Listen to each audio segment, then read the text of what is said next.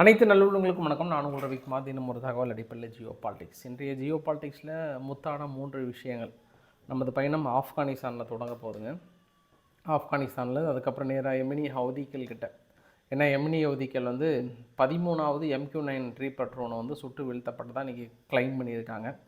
இனி அமெரிக்கா தரப்பில் என்ன விதமான நடவடிக்கைகள் எடுக்க போகிறாங்கன்றதை நம்ம பொறுத்திருந்து பார்க்கலாம். ஸோ தொடர்ந்து கவனிக்கப்பட வேண்டிய ஒரு நாடு அப்படின்னா எமினி ஹவுதிகள் அப்படின்னு சொல்ல முடியும். நம்ம அதை தாண்டி அங்கே ஒரு சின்ன வேலை கசமுசா செய்திகள்லாம் கொஞ்சம் நிறைய இருக்குது. கசமுசான்னா நீங்கள் வேறு கசமுசா நினச்சிருந்தீங்க, தாக்குதல் செய்தியை தான் சொல்கிறேன் நான். அதை முடிச்சு அப்படியே நம்ம உக்ரைன் கிட்ட போகிறோம். உக்ரைன் கிட்ட முடிச்சுட்டு ஃபைனலாக யூஏஇக்கு அமெரிக்கா வந்து பொருளாதார தடை விதிக்க போகிறாங்க. அதுக்கான காரணங்கள் என்ன? நம்ம அன்னோன்யமாக அப்படி இப்படின்னு தானே இருந்தாங்க. திடீர்னு யூஏஇயை அமெரிக்கா எதிரி நாடாக பாவிக்கிறாங்க அப்படின்ற காரணத்தையும் இந்த வீடியோ பதிவோட கிளைமேக்ஸில் பார்த்துடலாம். வாங்க வீடியோக்குள் போகலாம். வீடியோக்குள் போகிறதுமே நீங்கள் நம்ம சேனலை சப்ஸ்கிரைப் பண்ணலாம். சப்ஸ்கிரைப் பண்ணிவிட்டு வாங்க. மறக்காம பெல் பட்டன் கிளிக் பண்ண ஆல் ஆப்ஷன்ஸ் கொடுங்க. வீடியோக்குள் போகலாம்.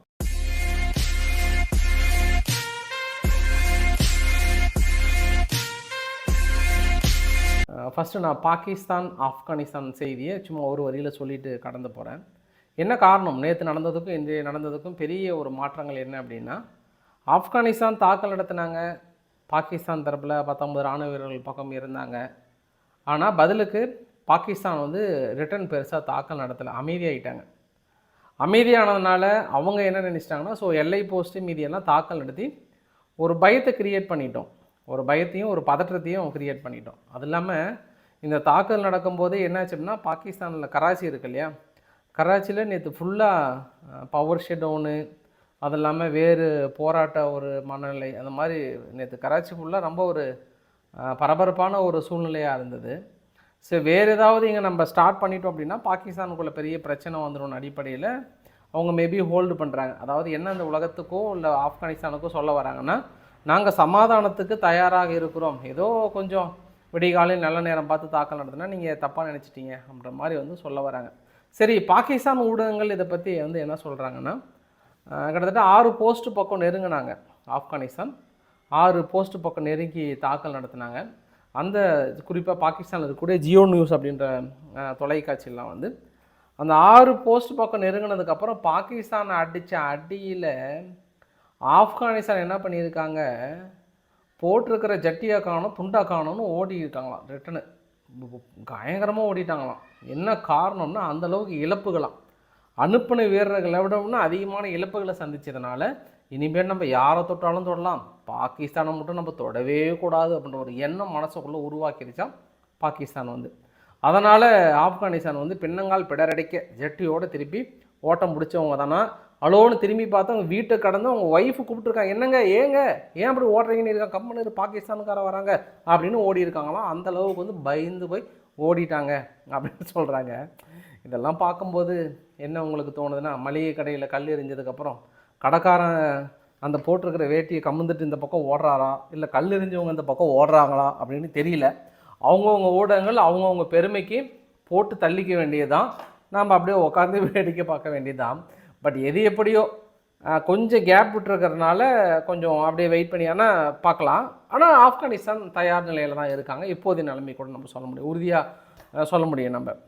இதில் இன்னொரு விஷயம் என்னென்னா, மறுபடியும் முதல்ல இருந்து ஆரம்பிச்சிட்டாங்க தாலிபான்கள். என்ன பண்ணிட்டாங்க, இப்போ பெண்கள் குறிப்பாக யார் யார் வீட்டில் பெண்கள் இருக்காங்களோ அந்த சமையலறை பக்கம்லாம் ஒரு விண்டோ மாதிரி இருக்குது பார்த்தியா, அந்த விண்டோ வந்து எட்டி பார்க்காத மாதிரியும், இல்லை எந்த வீட்லேயும் கண்ணாடி ஜன்னலோ மற்ற ஜன்னலோ வந்து வைக்க வேண்டாம். ஏன்னா ஜன்னல் இருந்து மற்ற வீட்டில் என்ன நடக்குது, அவங்க வீட்டில் சமைச்சாங்களா இல்லையா, இல்லை அவங்க என்ன பண்ணாங்க, இந்த மாதிரி ஏகப்பட்ட விஷயங்கள் வந்து நடக்கிறது.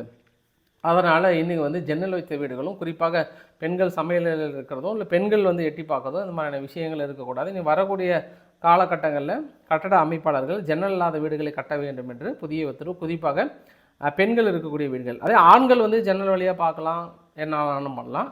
ஆனால் பெண்கள் இருக்கிற வீடை மட்டும் எதுவும் பண்ணக்கூடாதுன்றாங்க. ஐயா, எப்போ தான் இவங்க ஆப்கானிஸ்தான் வழிக்கு வருவாங்க? பெண்கள் மீது படிக்கக்கூடாதுன்றதில் தொடங்கி, யூனிவர்சிட்டியில் நுழையக்கூடாதுன்றதில் தொடங்கி, அப்புறம் பியூட்டி பார்லர்லாம் மொத்தமாக தூக்கிட்டாங்க, வெளியில் நடந்து போகக்கூடாதுன்னு சொல்கிறாங்க. அப்புறம் பக்கத்தில் இருக்கக்கூடிய பெண்கள்கிட்ட பேசக்கூடாதுன்னா வேறு என்ன அடக்குமுறைகள் இருக்குதுன்னு தெரியல ஆப்கானிஸ்தானில். பேசாமல் ஒன்று பண்ணுங்கள், பெண் பிள்ளைகள் பிறந்துட்டாவே நாடு கடத்திடுங்களேன், வேறு நாட்டுக்கு அனுப்பிச்சிடுங்களேன். எதுக்கு நீங்கள் உங்களுக்கு பாரமாக நீங்கள் வச்சுக்கிட்டு அது பண்ணிட்டீங்கன்னா இன்னும் பெட்டராக இருக்கும், ரொம்ப சிறப்பாகவும் இருக்கும். ஏன்னா ஒரு ஆய்வறிக்கை சொல்லியிருக்காங்க. 2025 இதுக்கப்புறம் பெண்களும் சரி ஆண்களும் சரி மனிதர்கள் உடலுறவு கொள்வதை விட அங்கே ரோபோட் மாதிரி இருக்குல்ல, அதனுடன் பழகி உடலுறவு கொள்வதுதான் அதிகமாக இருக்கும். 2050 டோட்டலாகவே மாறிடுமா. அவங்கவுங்க ஆளுக்கு ஒரு ரோபோட்டை வச்சுக்க வேண்டியதான், அப்படி இப்படின்னு வாழ்ந்துக்க வேண்டியதான் அப்படின்ற மாதிரி சொல்லியிருக்காங்க. நம்ம ஏன்னா மிஷினரி மாதிரி ஒரு குழந்தை வெளியிலேருந்து வாங்கி வளர்த்துக்க வேண்டியதான், அந்த அளவுக்கு வந்துடும் அப்படின்ற ஒரு ரிப்போர்ட்டெல்லாம் கொடுத்துட்டாங்க. இப்போ அதனால் நீங்கள் என்ன பண்ணுங்கள், நீங்கள் துரத்திட்டு ரோபோட்டை கொண்டு வந்து வச்சுக்கிட்டிங்கன்னா இன்னும் உங்களுக்கு சிறப்பாக இருக்கும். இது என்னுடைய கருத்தாக தோன்றியிருக்கிறது. ஸோ பொறுத்து இருந்து பார்க்கலாம். ஏதாவது மிஞ்சி பேசினா அப்புறம் பெருசாக ரொம்ப தப்பாகிடும். அதனால் நம்ம மிக முக்கியமான தகவலுக்கு போயிடலாம். ஈரானுடைய தகவல் ஒன்று சொல்லிவிட்டு நம்ம எமினி அவதிகள் கிட்ட போயிடலாம். என்ன காரணம் அப்படின்னா, குறிப்பாக இஸ்மாயில் ஹனியா அவர்கள் இருக்கிறார் இல்லையா, அவர் போயிட்டு ஈரானில் தங்கியிருந்தார்ல, தெஹ்ரானில். அப்படி தங்கியிருக்கும்போது என்னென்னா ஜஸ்ட்டு மிஸ்ஸில் அவர் தப்பிச்சிருப்பாராம். சேனல் 12 வந்து இன்றைக்கி டீட்டெயில் ரிப்போர்ட் கொடுத்துருந்தாங்க. ஜஸ்ட்டு மிஸ்ஸு தப்பிச்சிருப்பார் அப்படின்னா 2 தடவை அவங்க பிளான் பண்ணாங்களாம். ஆக்சுவலாக பெசஸ்கியன் அவர்கள் அதிபராக தேர்ந்தெடுத்ததுக்கப்புறம் கண்டிப்பாக அந்த செரமனி ஃபங்க்ஷனுக்கு வந்து அவர் போவார் அப்படின்னு எதிர்பார்த்தாங்க. அதற்கு முன்பே இப்ராஹிம் ரெய்சி அவர்கள் இருக்கும்போது கூட அவர் ஃபனரலுக்கு போவார், அங்கேயும் தங்குவார்ன்ற மாதிரி 2 தடவை எய்ம் பண்ணாங்களாம். பட் இந்த தடவை கரெக்டாக கிளிக் ஆகிடுச்சான். யார்? பெசஸ்கியன் அவர்கள் விழாவுக்கு கண்டிப்பாக போவார். அவர் எப்பயுமே வந்தாலும் ஒரு குறிப்பிட்ட ரூம் தான் வந்து தங்க வைப்பாங்களாம். அந்த மாதிரி ரூமில் அந்த கட்டிட அமைப்பால் சம்திங் யாரோ வச்சு அவர் படுக்கிற பெட்டுக்கு அடியில் தொலைதூரத்தில் இருந்து வெடிக்கிற மாதிரி ரிமோட் மூலியமாக இயங்கக்கூடிய பாமை வந்து செட் பண்ணி வச்சிட்டாங்க. அது மாதக்கணக்காக தூங்கிட்டு இருக்குள்ள, லைக் எப்படின்னா பேஜர் மாதிரி.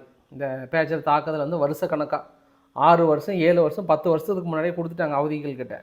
எப்போ நம்மளுக்கு தேவையோ அப்போ அந்த ஃப்ரீக்வன்சியை ஹை பண்ணி வந்து வெடிக்க வச்சாங்கல்ல, அந்த மாதிரி செட் பண்ணிட்டாங்க. அந்த கட்டிடம் வடிவமைக்கிறதுக்கு அப்பயே ஒரு பர்டிகுலர் ரூம்ஸை வந்து செட் பண்ணி அந்த ரூமில் அந்த குறிப்பாக இப்போ பாத்ரூம் தண்ணி வரல, அந்த ஒரு பிரச்சனை அது இதுன்னு வருது இல்லையா, அப்போ போகும்போது அதை செட் பண்ணிட்டாங்க அப்படின்ற மாதிரி வந்து சொல்கிறாங்க.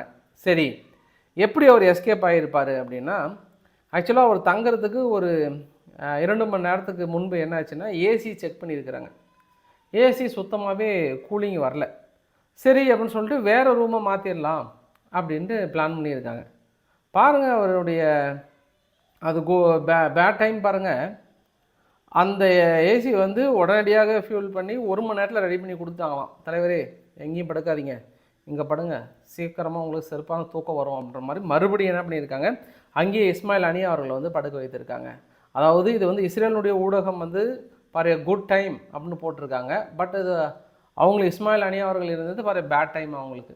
ஏன்னா அவங்களுடைய போதாத நேரம், கரெக்டாக ஏசியும் ரெடி ஆகிடுச்சு, கரெக்டாக அதே ரூமில் வந்து படுத்திருக்கிறார். அதிகாலை 1:30 மணி அளவுக்கு இந்த நிகழ்வு நடந்திருக்கிறது. ரிமோட் மூலிமா வெடிக்க வச்சுருக்காங்க. ஆனால் பாருங்கோ, யார் இதை செட் பண்ணாங்க, எந்த கட்டிட அமைப்பாளர், என்ன சம்பவம்னு இது வரைக்கும் யாருக்குமே தெரில. ஒருவேளை இந்த கட்டிடம் கட்டுவதற்கு வெளிநாட்டிலிருந்து யாராவது இறக்குமதி பண்ணி பிரத்யோகமாக கட்டிட்டு மறுபடியும் அவங்க வெளிநாட்டுக்கே கிளம்பி போயிட்டாங்களா அப்படின்னு தெரியல.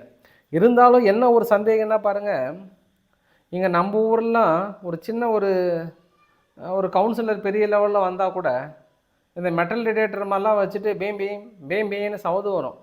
சும்மா ஒரு தியேட்டருக்குள்ளே போனால் கூட இப்படி 4 கொம்பு மாதிரி வச்சுக்கிறாங்க. உள்ளே போனால் ஏதோ பேம்பின்னு சவுண்டு வருது, செக் பண்ணுறாங்க, ஏதோ மெட்டல் மாதிரி இருக்கா, கிளம்பு அந்த பக்கம் போகன்றாங்க இல்லையா. பாருங்கள், அவ்வளோ பெரிய தலைவர், ரொம்ப ஒரு முக்கியத்துவம் வாய்ந்த தலைவர், சரி வராரு தங்குறாரு, அதுக்கு முன்னாடி வந்து ஒரு மெட்டல் டிடெக்டரை வச்சு எங்கேயாவது ரூமை எப்படி அங்கேயும் செக் பண்ணியிருக்காங்களா பாருங்கள், எதுவுமே செக் பண்ணலான்றாங்க. அதுதாங்க அங்கே தான் எங்கேயோ ஈரான் வந்து கோட்டை விட்டு கொட்டாவி விட்டு கொண்டு இருந்தார்கள் அப்படின்னு நம்ம உறுதியாக சொல்ல முடியும் நம்ம. சரி, இப்போ நம்ம எமினி அவதிகள் கிட்ட வந்துடலாம். எமினி அவதிகள் இன்றைக்கி வந்து கிளைம் பண்ணியிருக்காங்க மறுபடியும் முதல்ல இருந்தான்ற மாதிரி. இது எங்களது 13வது ட்ரோன், MQ-9 ரீப்பர் ட்ரோன். ஒரு ட்ரோனோட விலை 32 மில்லியன், மிகப்பெரிய ஒரு காஸ்ட். இந்த ட்ரோனை நான் மறுபடியும் எப்போல்லாம் சொல்கிறேனோ அதை நான் சொல்ல மிஸ் பண்ண மாட்டேன். அமெரிக்கா வந்து ஒப்பந்தம் போட்டிருக்காங்க. இந்தியா வந்து அமெரிக்கா கிட்ட ஒப்பந்தம் போடும்போது இங்கே பாருங்கள், யாருக்குமே கொடுக்காத ஸ்பெஷல் ட்ரோன் உங்களுக்காக கொடுக்குறேன் அப்படின்லாம் வந்து சொல்லியிருக்காங்க. சரி, 13 ட்ரோனை சுட்டு வீழ்த்திருக்காங்க. இந்த புகைப்படத்தில் வரைபடத்தில் பாருங்களேன். எப்போ முதல்லனா 8/11/2023 ஆரம்பித்த இவங்களது தாக்குதல் இன்று வந்து 29/12/2024 ஒன்றுன்னு போட்டிருக்கு பார்த்தீங்களா, அது பக்கத்தில் இன்றைக்கி தாக்கல் நிகழ்த்தியிருக்காங்க. அதுக்கான வீடியோ பதிவில் வெளியிட்டிருக்காங்க. அதிகபட்சமாக செப்டம்பர் 2024 தான் வந்து 4 ட்ரோன் ஒரே சமயத்தில் சுட்டு வீழ்த்தியிருக்காங்க. அதுக்கப்புறம் மே 2024 3 ட்ரோன் வந்து ஒரே மாதத்தில் சுட்டு வீழ்த்தியிருக்கிறாங்க. அதாவது என்ன சொல்ல வராங்க இந்த உலகத்துக்கு ஹவுதிகள் அப்படின்னா, நாங்கள் எதற்குமே பயப்பட மாட்டோன்றாங்க. ஏன் அப்படின்னா, நேற்று யூகேவும் அமெரிக்காவும் இணைந்து மறுபடியும் இந்த சனாவுக்குள்ளே தாக்குதலுங்க. இந்த எண்டுக்குள்ளார ஒரு தாக்கல் நிகழ்த்துறாங்க. அது இல்லாமல் சவுதி அரேபியாவை விட்டு மிரட்டலாம் அப்படி இப்படின்னு பார்த்தோன்னே, சவுதி அரேபியா என்ன பண்ணிட்டாங்க, கொஞ்சம் லைட்டாக அலர்ட் ஆகிட்டாங்க. ஆஹா, வம்பளை சிக்க வச்சுருவாங்க போல கோட்டாசாமி, கொஞ்சம் அலர்ட் ஆயிரு.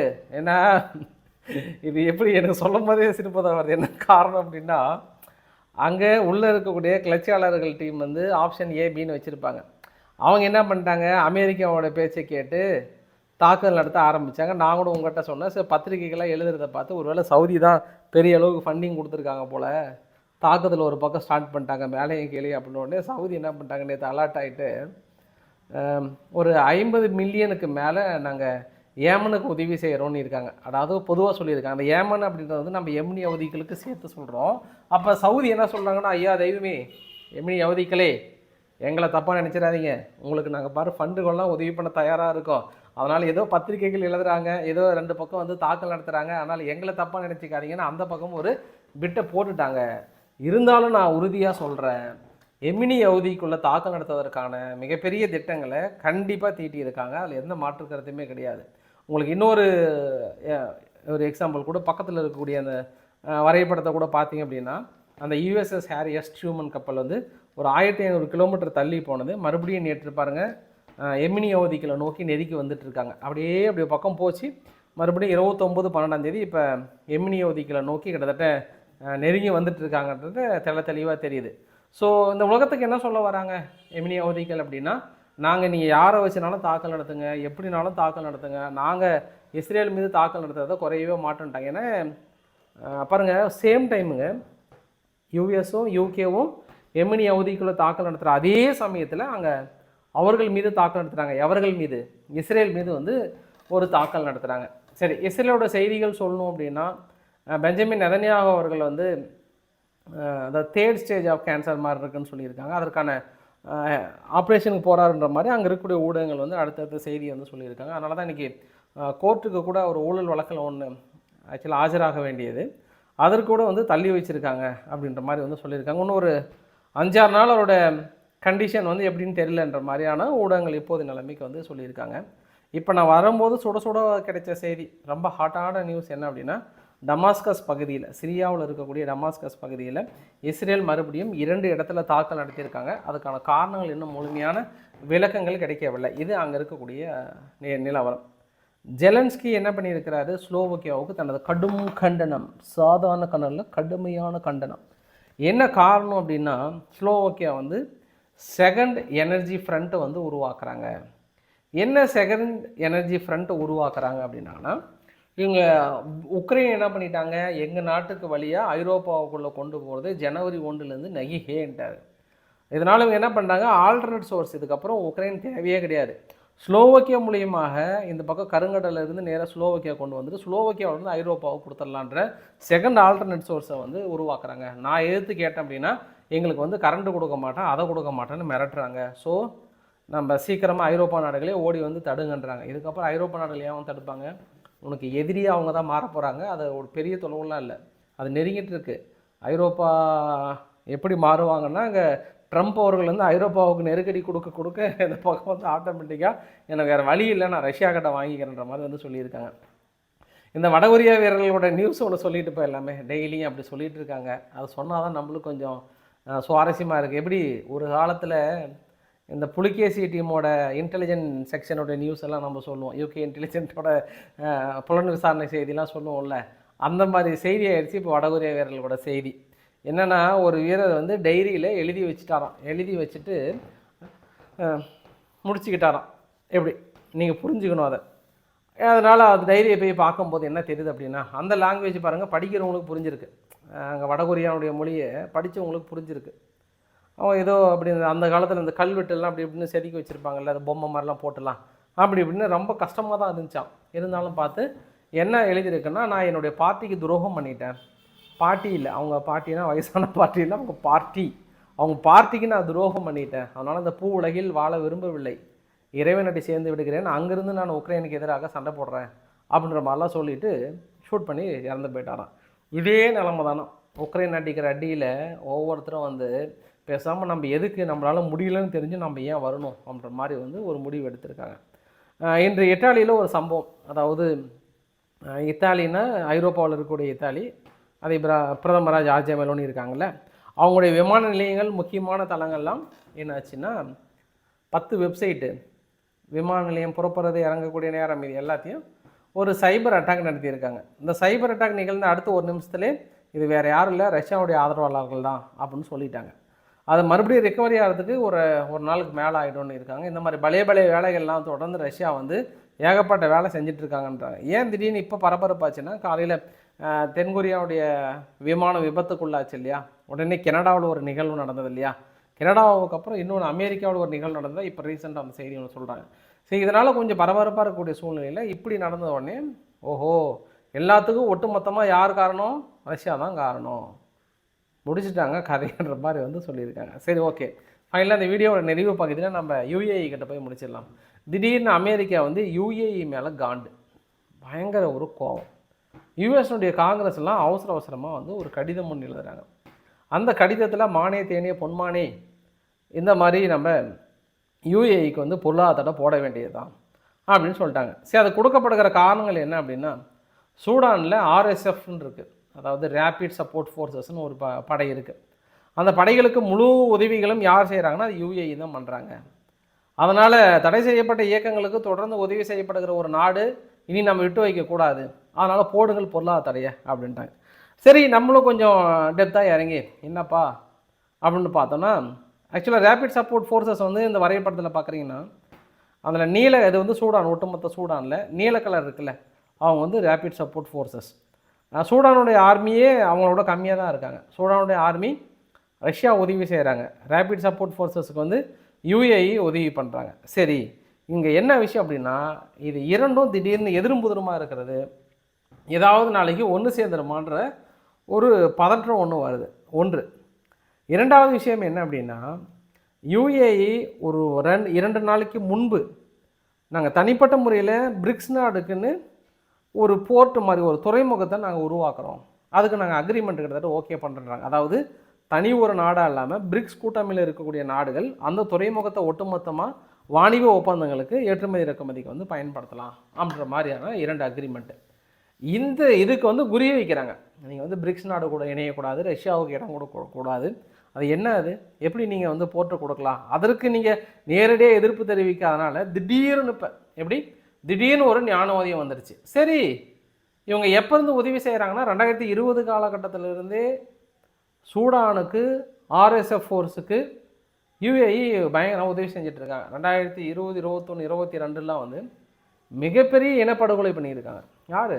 இந்த ஆர்எஸ்எஃப் ஃபோர்ஸஸ் மிகப்பெரிய இனப்படுகொலை. இன்ன வரைக்கும் 2 தங்க சுரங்கம் அவங்க கட்டுப்பாட்டில் இருக்கிறது. அங்கே மேஜர் ஆஃப் த மினரல்ஸ் ஃபுல்லாக யாரோட கட்டுப்பாட்டில் இருக்குது? அரசாங்கத்தை கட்டுப்பாட்டில் விட அந்த ஆர்எஸ்எஃப் ஃபோர்ஸஸ் இருக்குல்ல, அவங்க கட்டுப்பாட்டில் இருக்கிறது. அதனால் விவசாயத்துக்கு தேவையான மற்ற பொருட்கள் மீதி கனிம வளங்கள் எல்லாமே யுஏஇ சைலண்ட்டாக மற்றவங்க கிட்ட அதிகமாக கொடுத்து வாங்குறத விட இந்த மாதிரியான தீவிரவாத இயக்கங்களுக்கு பெரிய அளவு ஃபண்டு கொடுத்து அங்கேருந்து திருடிட்டு இருக்காங்க. இதை நம்ம எப்படி சொல்லலாம்னா, 2 ஆங்கிளில் பார்த்துடலாம். நம்ம ஆக்சுவலாக ஆப்பிரிக்கா நாடுகளில் அங்கே இருக்கக்கூடிய ஆட்சியாளர்கள் லஞ்சம் வாங்கிட்டு கம்மியாக கொடுப்பாங்க. நைஜர் கூட நம்ம எடுத்து எக்ஸாம்பிள் சொன்னோம். 1 கிலோ யுரேனியம் $0.8 தான் இவங்களுக்கு கொடுத்தாங்க. யாருக்கு? பிரான்ஸ் அதிபர் மேக்ரான் அவர்களுக்கு கொடுத்துருந்தாங்க. அதே 1 கிலோ யுரேனியம் கனடா கிட்டேருந்து $100 வாங்குறாங்க. அப்போ மீதி பணம் ஆட்சியாளர்கிட்ட லஞ்சம் கொடுத்து ஒப்பந்தம் ஏற்பட்டு அந்த நாடு நாசமாக போனால் நம்மளுக்கு என்னன்ற மாதிரி அடிப்படையில் இருப்பாங்க. அது ஆட்சியாளர்கள் ஒத்துக்கிட்டாங்கன்னா சரி. ஆட்சியாளர்கள் ஒத்துக்கலையா, அவங்களுக்கு எதிராக போரிடுறாங்க பார்த்தியா, இது ஒரு பிஸ்னஸ்.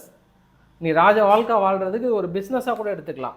அப்போ அடுத்தது இந்த மாதிரியான நாடுகள் இந்த மாதிரியான தீவிரவாத இயக்கங்களுக்கு பெரிய அளவுக்கு ஃபண்டிங் கொடுத்து இவங்க அங்கே ஆர்எஸ்எஃப் ஃபோர்ஸ் வந்து அங்கே இருக்கக்கூடிய கிறிஸ்டியன் மக்களை வந்து பெரிய அளவுக்கு இனப்படுகொலை செய்திருக்காங்கன்ற நிறைய சம்பவம். அதாவது இங்கே நம்ம இஸ்ரேல் காசா இனப்படுகொலை அப்படின்னா எதாவது பார்த்தா அதை விட மிகப்பெரிய அளவுக்கு நிகழ்த்தி கொண்டு இருக்கிறது என்ன ஆப்பிரிக்கா நாட்டில் இருக்கக்கூடிய சூடான் நம்ம சொல்லலாம். சூடான் தான் மிக மோசமாக அதுக்கு யார் பின்புலமாக இருக்காங்கன்னா யுஏஇ. இவ்வளோ அக்கறையாக இருக்கிற நாடுகள், இவ்வளோ அக்கறையாக இருக்கிற அமெரிக்கா நீங்கள் என்ன பண்ணியிருக்கணும்?